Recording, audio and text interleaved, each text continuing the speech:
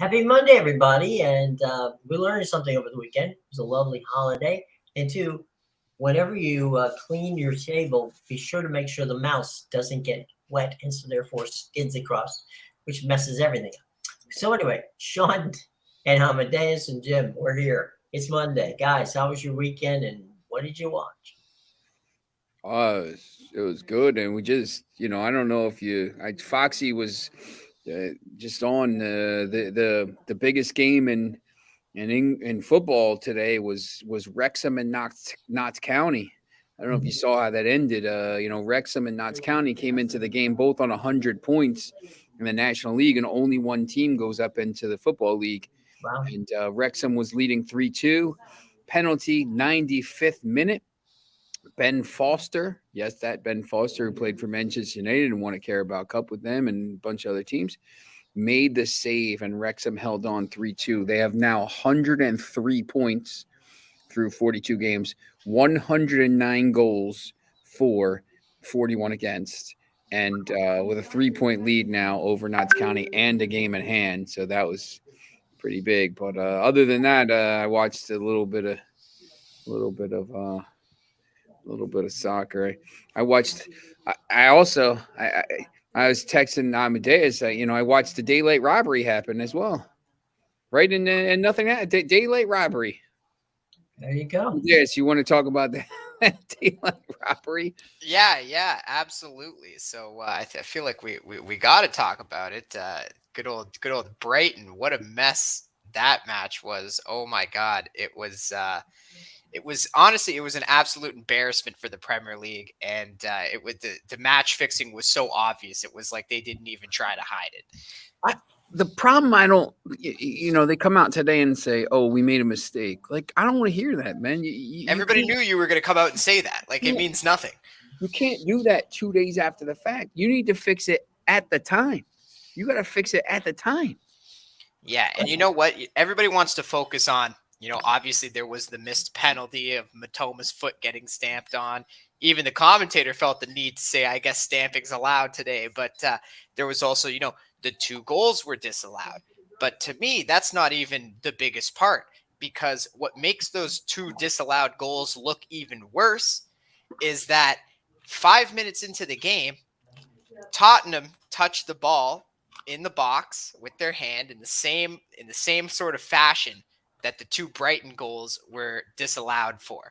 So already in the first 5 minutes of the game, you've set the precedent that it's okay for those borderline calls, because we're Mhm. not going to give Tottenham just touch the ball. We're not going to give the penalty for that, but we're going to disallow two goals against Tottenham for the same reason. So absolute embarrassment by the Premier League. So basically, that's where the daylight robbery came in. Yeah, it was embarrassing. Oh, we were And talking. that's You guys were both on Brighton to be one of those teams that ends up as the Final Four, and so they're getting jobbed. Yeah, that's not happening anymore. no, it's over at this point. It's interesting because I loved Wolves this weekend against Chelsea at plus 320. Chelsea brought in another manager, Frank Lampard, and I was they just stink. You could bring any manager in the world, and I don't think anybody's doing anything with that squad. But you know, those type of games when you have you know Brighton losing, or that it should be a draw, or maybe Brighton even winning, that goes a long way. I mean, you have Foxy, if he's here, will tell you. I mean, you have the Newcastle fan base and the Manchester United fan base and the Brighton fan base all just saying the same thing. Like, come on, like, That was a you can't. 5-2 win for Brighton easily. Yeah, Foxy, I the Brentford, I just, Foxy was saying about, Newcastle 1-2-1. Um, I don't know how, especially like they got this the saved penalty, all these things. Oh man. I I I think that there has to be. It's going to be one of these things. I think that's going to be it has to be like the catalyst. Like something has to change. I mean, you can't. All the eyes of the world are on this league right now. I mean, it's clearly the best league in the world, and the Brighton. I mean, it's you can't have that. Like, and it was just call after call after call. Yeah, and you know, like me who doesn't really, have a team in the Premier League, so I'm Mhm. kind of like, unbiased watcher. Right. I was on the over in that match, which cashed, and I was still furious hours after watching it about what went down in that match. And I had won my bet on it, but it was just, to me, it was the most ridiculous thing. The whole time I was saying, it's 5-1 Brighton right now. This is ridiculous. I mean, in the National Football League and other leagues here in the United States, when officials make mistakes, what happens usually, and the game is over. On Monday, the team will get a FedEx letter, and they'll open the letter up, and they'll say, we apologize for what happened. The league goes over it. We looked at it, and blah blah blah blah. They did that. Yeah, they did that here. Yeah, and you're basically going, that does me no good now. Okay. Oh, they had that letter printed before the match even started. They sent it before. They sent an email before the game. It was already in the mail.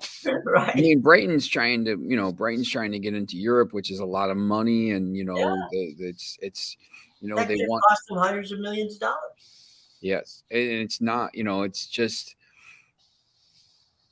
Why would Brighton get screwed? I'm just asking. I don't know. I mean, I think maybe they want bigger clubs in. I don't know. I just, at some point, sometimes I just think the officiating is really bad in the league. It's just like not very good. These officials they have. I mean, when you think back to like, Howard Webb, who's in charge of the PGMOL now, and Mark Clattenburg, and they might focus on the cup. Villa went 6. Yeah, it could ruin their whole season, to be honest. I mean, Brighton's playing to get into the Champions League and Europe, and that kind of game is crazy. But Mark Clattenburg, Howard Webb refereed a World Cup final and a Champions League final. Mark Clattenburg refereed a UEFA final and a Champions League final, and all these big men. Like they used to have, really solid referees. And now it's just like the guys that they send. I mean, Michael Oliver and Anthony Taylor, these guys are their best guys, and they're not even that good. And then like the problem is, you get down to like some of these guys that are refereeing these games, and they shouldn't be doing championship games. And they have to figure something out because, maybe they want automated stuff. Maybe they want the UEFA, the semi-automatic VAR and offside and all that stuff. I don't know. I don't know what the solution is, but it can't be this bad. It's been terrible all year. Like it's honestly been terrible, and it's not just this weekend, but this weekend is kind of the it ended with one of the referees elbowing a player in the face or in the neck, in the Liverpool. That's going to be, that might take the attention away. I don't know if Andy Robinson put his hand on the referee first or did whatever first, that's probably something's going to come out of that. But, it's just not, I think, they want Tottenham and, Liverpool. They want Liverpool to keep winning, but they stink. Oh, they even tried to help him, and Salah missed the net completely. Second week in a row, right? And that's what I mean, right? Like you could try to fix the game as much as you want, but at some point the team has to, contribute as well. You can't just miss from the spot like that. So that was a really good game. There was, but other, look, I don't know, if you watched. Did you watch the Leeds Crystal Palace game? Yeah, that was ridiculous. I was on the under in that one, and I regret it because I had a feeling right when I was watching the game. I was like, or before the game, I looked at it and I said, Crystal Palace is the better team. I've been down on Leeds all year, and Leeds looked great in the first half, My God, what a turnaround in the second. I'll tell you what, Palace, since they got rid of Vieira, I mean, Hodgson just he lets those, Ezzy and, Elise and, the flair players kind of play. And Ayu, I mean, the second half was crazy. They were like prime. Palace was like prime Manchester United, Barcelona. I mean, they were just moving counterattack and just so quick. I mean, Crystal Palace now plays 6 of the 8. Their 6 of their 8 matches are against relegation. Crystal Palace will not be anywhere near the relegation battle. I said that, yesterday on Twitter, and people were kind of. I'm going to share my screen here. People were going a little bit. People are agreeing. I think now, before it was all the way up to 12. Palace is safe. No way they go down. I think Wolves, that win over Chelsea, Wolves will find a way. They're too good.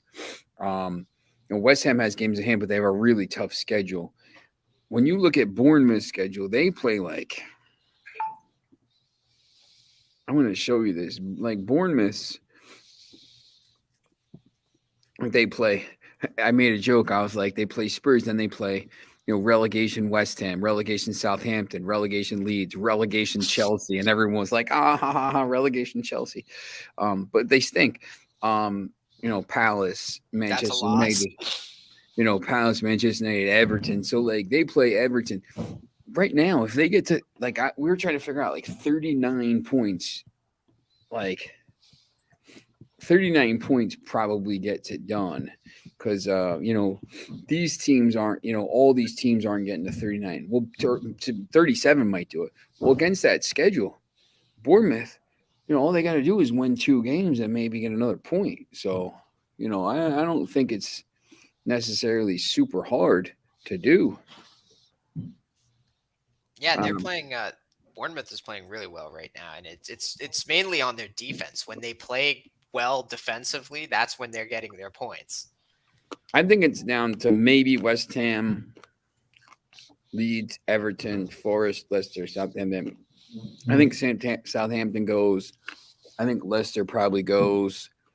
They're a mess. They just named Dean Smith. I think. I don't know about the rest. I think Bournemouth's safe. Palace is safe. Wolves, I think, will be safe. It's down to them. I still think West Ham is too good to go down. So it could be Leeds, could be Forest, could be Leicester, but Foxy, Liverpool battered Arsenal in the second half. They should have won. I agree. Yeah, I took Liverpool in that match just because of what I saw in the Brighton match. Right away, right after the Brighton match, I was like, "Oh, Liverpool's winning tomorrow." There you go. And they would have if Salah makes that penalty, man. They win that match. There's no way they don't win that match. Yep. What about, so we said Brighton's got a problem. How many games and how many points do they have to get? If Brighton wins that, they're on 49 points here with 2 matches in hand, and Tottenham's on 50. So now they're 7 points back with 2 matches in hand. But Brighton's got a brutal schedule. At Chelsea, at Forest, Wolves, United, Everton. It's not that bad. Yeah, I don't think they have a chance anymore. After what I saw on Saturday, I think it's very clear they don't want them in there. And maybe they want them 7th. Maybe they go to the Conference League or something like that. That was a huge match for them, man. Like they basically could have got themselves up near the top 4 with the win plus the 2 matches in hand, but. Yeah, that was just an embarrassment, and now we're here. They still have the 2 matches in hand, but it's going to be really tough for them to catch Tottenham if it fits the spot, especially with as we touched on, Aston Villa's climbing the table now. So yeah, Villa's been good. I mean, I think Villa finishes. Right now they're a game ahead of. They're 3 points ahead of Liverpool. Here just. Look at Liverpool's schedule. And Aston Villa got another win. Yeah, no, they're very good. I had them in my knockout. Liverpool has at Leeds, Forest at home, they'll win that. West Ham away, that's a tough game, but it's after I think it's it's the week after Europe. Spurs at home, Fulham at home, Brentford at home. I mean, Liverpool plays 3 straight matches at home, and 4 out of 5. Leicester away. Liverpool probably here. You'll see. I mean, Liverpool probably will win a bunch of these, so they're not dead for Europe. I mean, they're not. How many home matches do they have left? I think 9 of 8. Like every match is at home. Oh well, yeah. Then they're That's a looking plus. they're looking really good with that Anfield home 1, advantage. 2, 3, Wink, 4, nudge, 5, nudge. 6, 7, 8, 9. They have 9 games left, and they're 1, 2, 3, 4, 5 at home against Forest, Spurs, Fulham, Brentford, and Aston Villa. Away, they're Southampton, Leicester,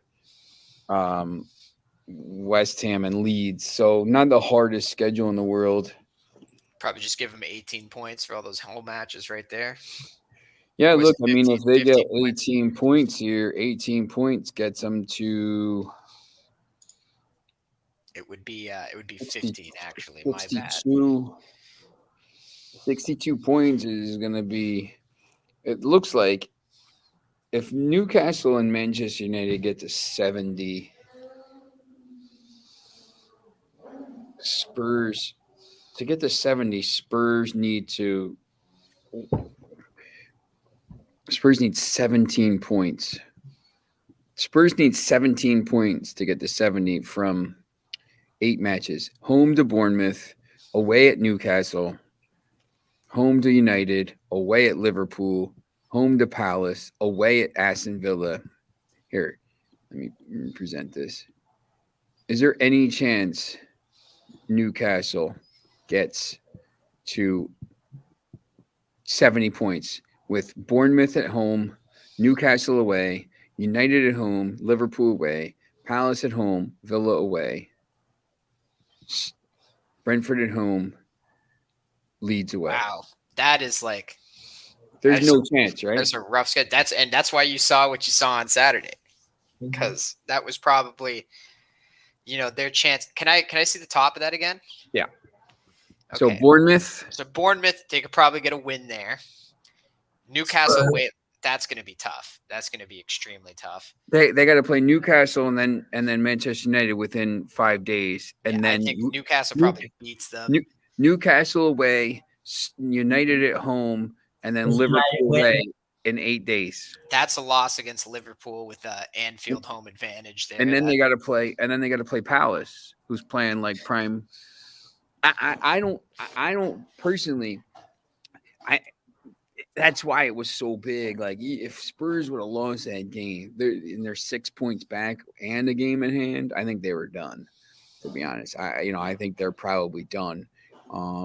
Even with the thing, with this game in hand that Newcastle United and Manchester United have over Tottenham, if they both win the game at hand, they're 6 points clear, and Tottenham has that schedule. That's the thing. Tottenham's playing all these games at home, home away, home away, home away, and then Liverpool's like home, home, home, home, home. Like, so, but Liverpool is 9 points back of Tottenham, however, with the game at hand. So, it's interesting, if Tottenham gets 1 point from 3 matches against Newcastle, Manchester United, and Liverpool, they're in a lot of trouble. Manchester United has Nottingham Forest on the 16th. Then they don't have another Premier League match till Thursday, the 27th, against Spurs, because they're playing in the FA Cup semifinal against Brighton, of course. Then they play Sunday against Villa, Thursday against Brighton. Manchester United plays Thursday, Sunday, Thursday, Sunday, Thursday, Sunday, Thursday, Sunday, like the next bunch of weeks. So it is, it's going to be crazy, but I think they'll be all right now with Casemiro back, Eriksson back, Martial back, already scoring. Eriksson back is huge. They're gonna miss Rashford, obviously. As long as he's out. But it's not Rashford now is not if Rashford's back healthy for the Europa League semis if they get there, and that run in, I think it's whatever. He hasn't had a break. Spurs awful, but can never rule them out with Kane and getting all the decisions. Look at Brighton and even Everton last week. It's I totally agree with that statement. And I think the key thing moving forward for the rest of the season is teams like Liverpool, Tottenham, when they're at home, you cannot bet against them. Even if they should lose the match, like very clearly against Brighton, you can't take the risk because something's going to happen in those games. That's where Tottenham and Liverpool really need to take advantage of these final games when they're at home. Yep. From a standpoint of golf, did you guys see the Masters and John Rahm's win? Oh, I saw my guy Phil come out of nowhere on the final day. Yeah. Fellow left-handed golfer. That's right. You could have used your clubs. He played well. Reason I got a 64-degree in the bag. There you go. Lefty. It was wild. I mean, didn't look like he was going to win. Then all of a sudden, everything seemed to drop. Yeah, Hovland was another one, man. Like he had to lead after the first day. He took crap on the second day. All of a sudden, got himself in it with 5 straight birdies in the third round, and then it just again took a crap on the fourth round. Well, they played 30 holes. Yeah, that's the other thing, right? Like you got to say round and not even day because of how backed up and messed up everything. Even Tiger Woods had to withdraw on the final day because he knew with the conditions, it already been tough enough to walk in. Right. And now what, you want him to play like another 30 holes, finish the tournament in the rain? He would have been finished just about now. Yeah. So on that one. But yeah, John Rahm. Now it was a Spaniard winning on the 40th anniversary of Seve Ballesteros took it. And I mean, he was making plays and making putts that definitely, no one else was yesterday for some reason. But good on him. I would have liked to see somebody else win it, but I mean, you can't say he didn't deserve it with the way he played in those conditions because he did not have the lovely advantage Koepka had going into that one round. And the fact that Koepka blew it just speaks volumes in itself. It's I thought Koepka's he sent out a tweet which basically said, "This is a wonderful game. It's a wonderful course, and John, deserved to win. I didn't." So okay. Well, a little bit of class there, showing that. Got back on his jet and away he went. So there's that. But yeah, it was, and the live players didn't do badly in the tournament. Yeah, well, you got 2 of them in the top 2. That's right. So Phil and Koepka.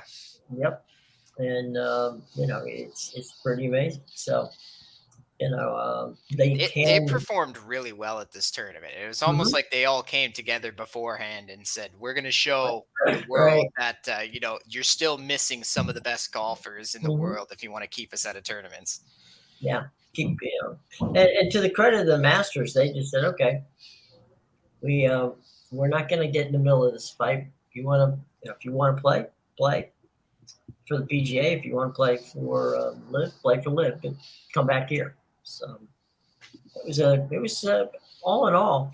The funny thing was Friday and Saturday you didn't see much golf, but Sunday 30 holes. Guys starting at 8:00 in the morning. But you're right, Tiger. Just like I said, hey, I'm getting on the plane and headed back to Florida. I made the cut. I don't need to be here anymore. Right. I'll pick up the check and or just leave it, wherever. Mail it to me. There was a great story about in the Masters years ago. Tony Jacklin won. He won it. They gave him the check. He put the check in his pocket. Gets on a plane, flies home to England, sends his laundry out. Gets a phone call about an hour later from his cleaners saying, "You do know that you left a $35,000 check in, back then. That gives you an idea how long ago. There's a $35,000 check from the masters in your pocket." It's like, no, I didn't know that. You might want to come pick it up. So there you go. Yeah, I don't know how you're not more careful. Check your pockets before you take your clothes to the laundry. You never know. You guys could have a winning ticket in there. You never know. And we've got our ace reporter. They're at a golf course today. So Sean's at a golf course in New Jersey. Sean? Yeah. Yep. Copper Hill in Ringo's. Is it par 70 or 72 or 7? What? I don't know. What's the par here, Jen? 71. So yeah, it's a tough. They rolled the greens apparently this morning. It's like some of the greens are like a skating rink. It's tough. So one of those nines only has a par 5 then. It only has the one par 5. It's crazy though. You sit out. I mean, it's high school. Today's high school girls, and they're like 14. They're 14 to 18-year-old, and then just sit there and you watch them, and you're just like, bro. 290 yards, 295, just absolutely crushing the ball. It's like so crazy. I'll tell you. The scores they shoot here in New Jersey. I mean, New Jersey golf is and it's very good. So, I mean, the scores they shoot here are like ridiculous. Foxy, Rory, what a letdown. Well, that's been a torturous course for Rory McIlroy for reasons I have no idea. Oh, especially since he's got to be looking at it like, I didn't make the cut. Tiger Woods made the cut. Right. Phil Mickelson finished second. What the hell am I doing? The bionic man, makes the cut. I don't. Well, the other thing too is, Rory's been very outspoken about the live guys. So, right there, he's got to take a little bit of humble pie on that deal. That's your team? It ain't what it looks like. Can you send me that? But, Yeah, that's Here's my number. it was definitely ridiculous. Yeah. I mean, it's crazy. And now they're going to go on bigger and better things. And, they'll have, there's certainly 3 other majors. So he's going to have time to catch up. But that one was not one that I think will go in the scrapbook for Rory McIlroy. Yep, they'll be at the PGA Championship as well. Right. That one's in May, right? Right, but they get to play the Open in England, right? I think they're going to be able. I'm actually not 100% sure. I think the only one they can't play because it's a PGA honor. We're at Liverpool. Sorry. You said where's the Open? Yeah. Royal Liverpool. Okay. I was just going to say that the one that they might not be able to play is the PGA because PGA controls it. That'll be the only trophy in Liverpool this year.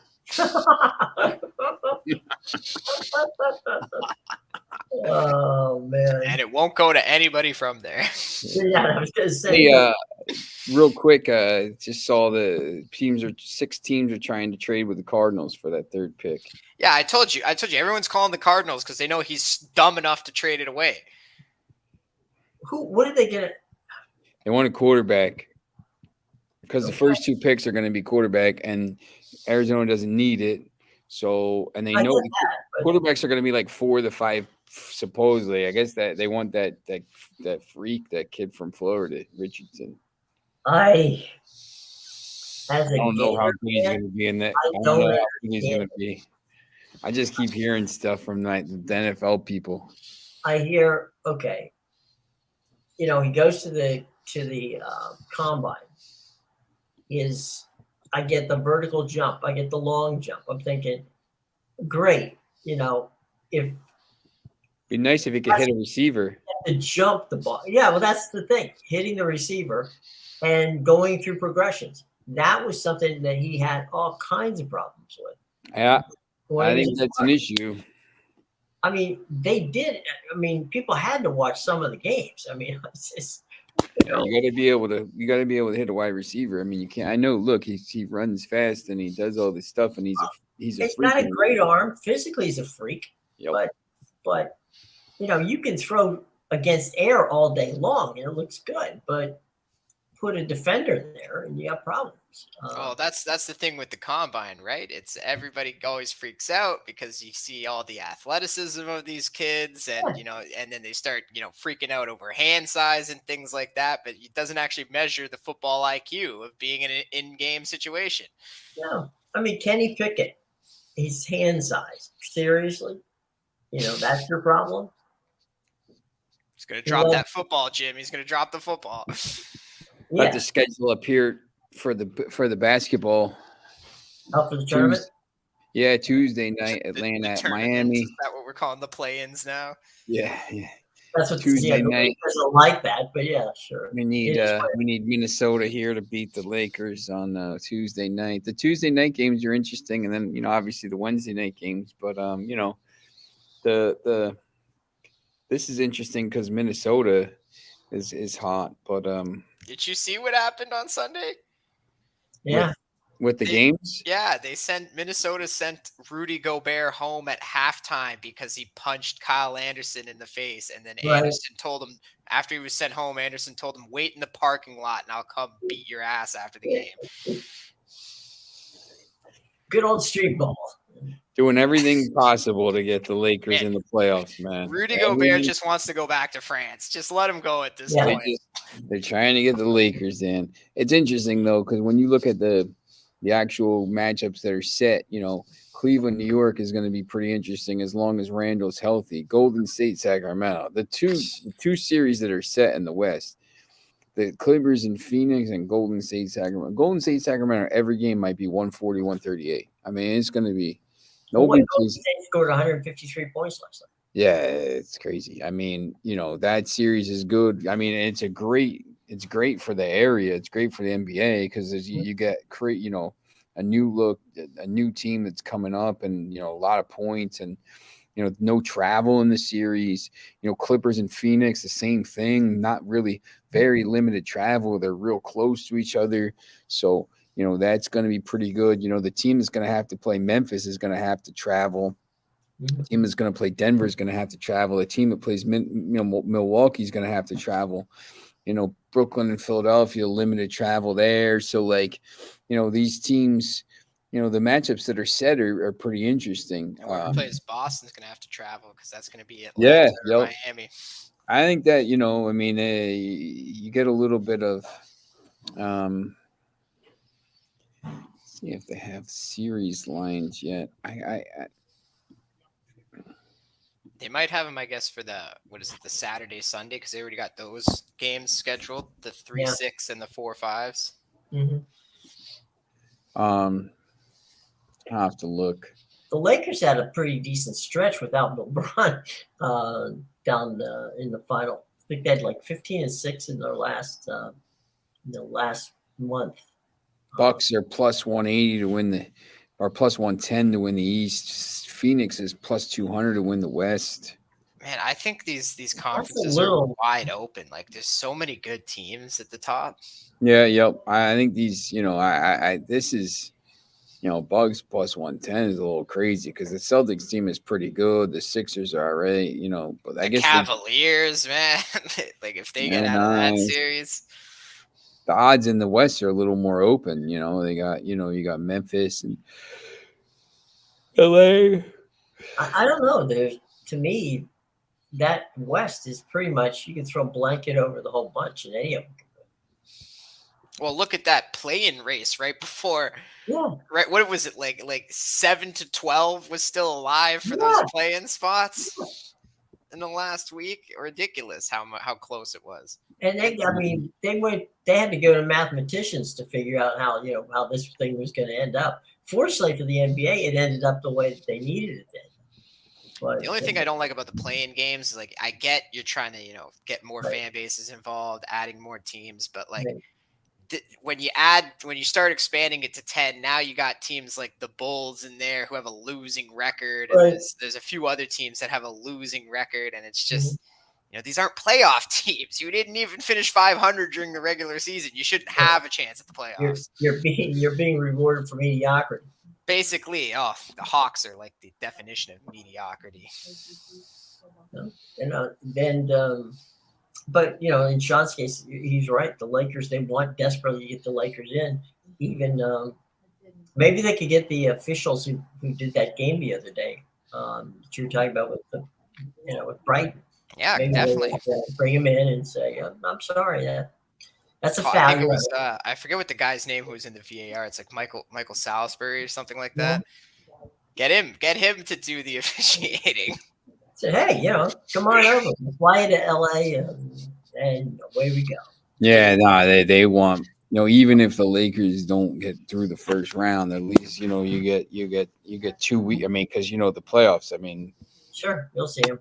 The first round of the playoffs takes about a month to do. I mean, well, some of that is kind of funny too, because in the old days, what happens is right after the season, they used to book the circuses into some of those buildings. So that's 2 weeks. So they had to. I remember a couple of times when teams had to, play a game, and then the circus had to leave the arena and go someplace else, and there they are playing basketball. They don't even have the dates of the next game, like the second game scheduled yet. Like they don't even know when the second game is going to be yet. Like for these series, it's crazy. It all has to do with the arenas.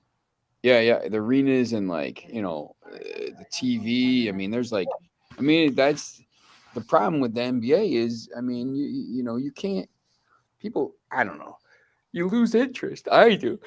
If there's no series playing for like 3 days, that series is playing. Like, and then what happened to them? Yeah, I'll give hockey a great credit on that. They're pretty much, they know what's going to happen, who's going to play who, and you pretty much get that stuff 10 minutes after season. It can't take 3 weeks to do the first round series. It just can't. Like, I just can't be bothered with it. Like at that point. Well, it drags on and drags on and drags on. You forget who's in the playoffs by that point. So there you go, boys and girls.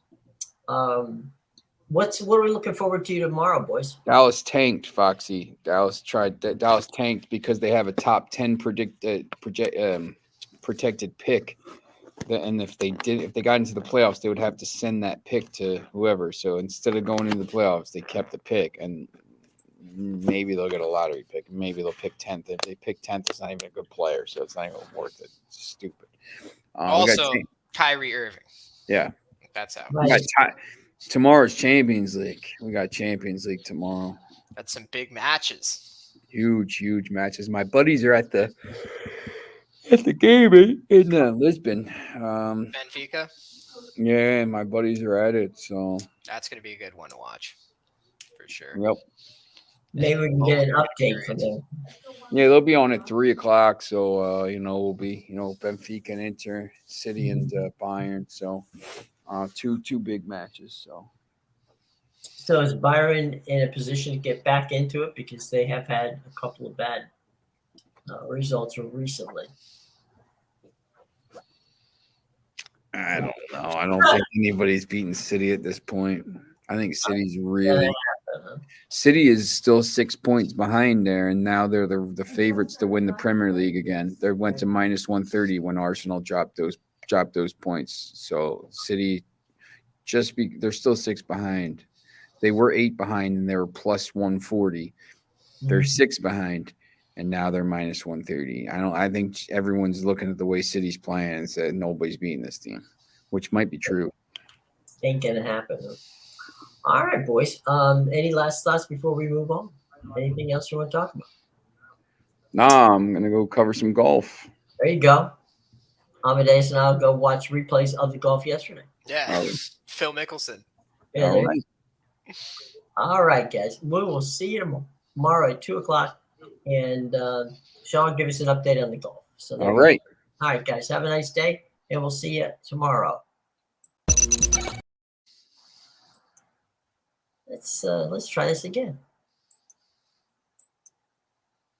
Notice how well my electronics are working today. Oh yeah. Get away. Cancel. My mouse has gone crazy. You want me to play it?